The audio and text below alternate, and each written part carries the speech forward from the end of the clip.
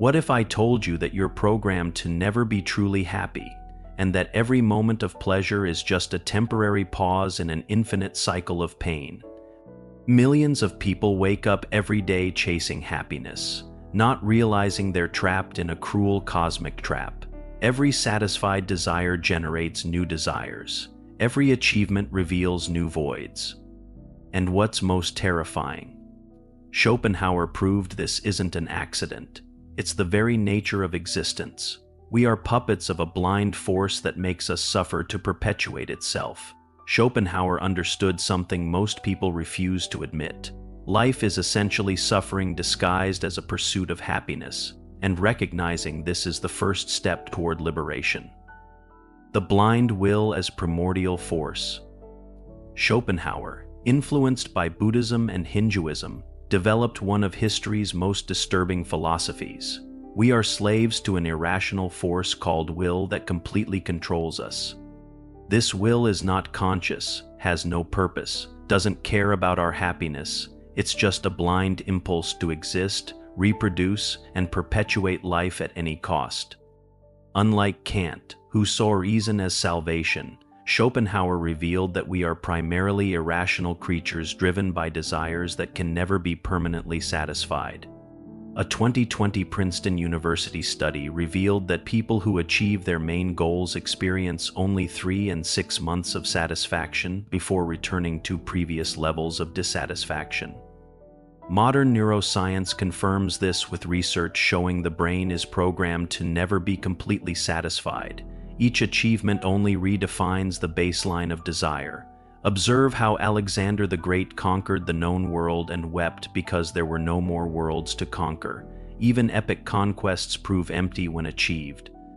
Today we see this in billionaires who continue accumulating unnecessary wealth, celebrities never satisfied with enough fame, people constantly changing goals without ever feeling complete. Have you noticed how every satisfied desire immediately reveals new desires? When was the last time you felt lasting satisfaction with an achievement? This is happening to you right now as you pursue something, relationship, career, money, believing it will finally bring peace, when it will actually only generate new voids. But here's what makes this truly disturbing. Schopenhauer discovered that all life is suffering because we are unconscious instruments of a force that doesn't care about us. The infinite cycle of desire and boredom. Schopenhauer identified the cruelest existential trap. We eternally oscillate between two states of suffering, painful desire when we don't have something, and empty boredom when we obtain it. When we desire something, we suffer from its absence. When we obtain it, we discover it wasn't what we really wanted, or we quickly get bored and seek the next desire. Between desire and satisfaction, there are only fleeting moments of pleasure, but these are merely pauses in suffering, not genuine positive states. Pleasure is temporary absence of pain. A 2021 Stanford University study found that 89% of people report feeling emptiness or restlessness within 48 hours of achieving important goals. Modern neuroscience confirms this with research showing brain reward circuits adapt quickly, making pleasures become basic necessities within weeks. Think of how rich children quickly get bored with expensive toys, always wanting the next one, or how lottery winners frequently report depression within months. Currently, we observe this in infinite consumerism culture, where people compulsively buy to fill voids, only to discover each purchase generates need for more purchases. When was the last time you obtained something you really wanted and felt permanently satisfied? How long did that satisfaction last before seeking something new? This is happening to you right now if you believe the next relationship, job, or achievement will finally bring lasting peace to your restless existence. This leads to the most shocking aspect. We don't suffer because something's wrong with us. We suffer because being dissatisfied is our basic existential programming. The illusion of individualism and free will. Schopenhauer destroyed the consoling illusion that we are unique individuals with control over our lives, revealing we are temporary manifestations of the same universal blind will. What we call self is just an illusion created by the mind to make sense of impulses coming from a much deeper, unconscious source than our ego. Our sensation of choice and control is mostly fantasy. We are pushed by desires, fears, and impulses emerging from psyche layers we don't even perceive exist. A 2019 Harvard University study revealed that 78% of conscious decisions are actually rationalizations of subconscious impulses already formed milliseconds before the decision. Modern neuroscience confirms this with research showing the brain initiates actions before consciousness perceives them, suggesting free will may be largely illusory. Observe how people in love make irrational choices they later rationally justify, or how addictions control behavior despite conscious knowledge of damage. Today we see this in how algorithms manipulate our choices on social media, how advertising exploits subconscious impulses, how people repeat destructive patterns unable to stop. Have you noticed how your most important decisions frequently happen more than are consciously planned? How much control do you really have over your desires and aversions? This is happening to you right now if you believe you're consciously directing your life, when you're actually being directed by forces you barely understand.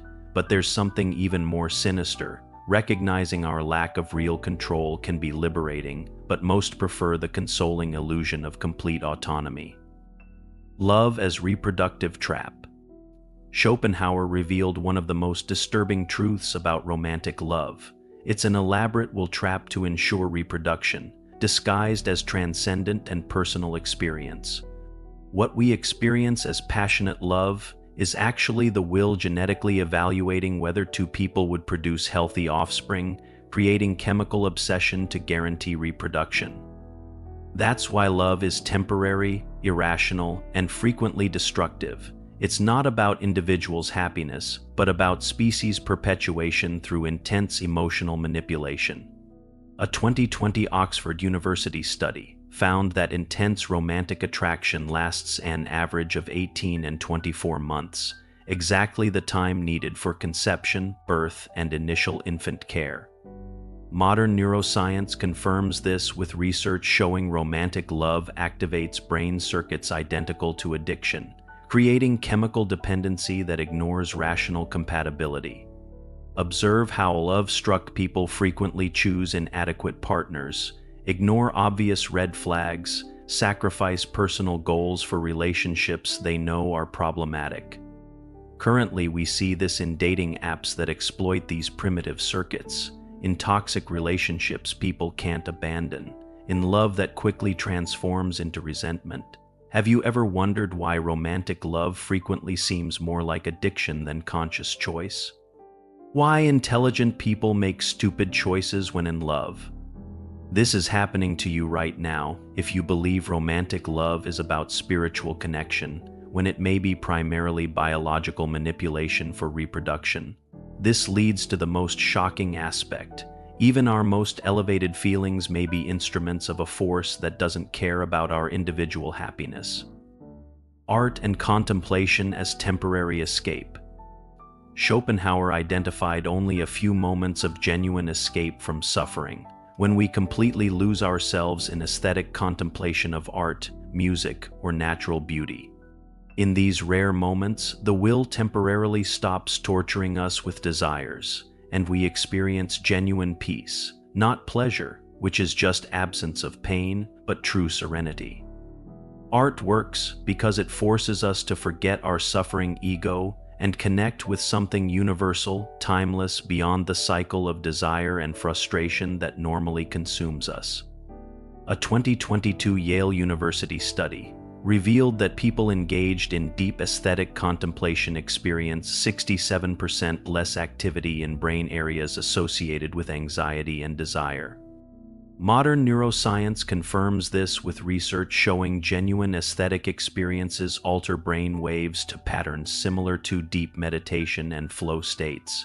Think of how Beethoven, even deaf and suffering, created music that completely transcended his personal pain, or how great painters lost themselves for hours in their creations. Today we see the opposite, commercialized art that stimulates desires instead of transcending them, entertainment that distracts instead of elevates, art that confirms ego instead of dissolving it.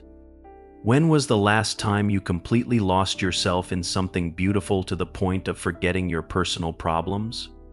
What kind of art or beauty truly silences your restless mind? This is happening to you right now if you consume art primarily as distraction or status, instead of seeking experiences that genuinely transcend the suffering ego.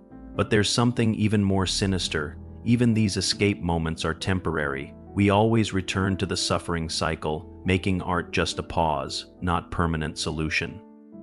The liberation of brutal truth. Schopenhauer offered no false hopes about permanent happiness. He diagnosed the human condition with brutal honesty most consider unbearable. His philosophy isn't gratuitous pessimism, but realism about our existential situation. We are temporary instruments of a blind force that uses us for its own ends. Recognizing this can be liberating because we stop seeking impossible happiness and begin appreciating rare moments of genuine peace and aesthetic transcendence. Here's your challenge. For 1 week, honestly observe your cycles of desire and satisfaction. Notice how each achievement quickly becomes insufficient. Practice genuine aesthetic contemplation. Lose yourself in music, art, or nature without seeking anything beyond the pure experience of transcendent beauty. Leave in the comments, can you accept that life is fundamentally suffering, or do you still believe permanent happiness is possible and you simply haven't found it yet?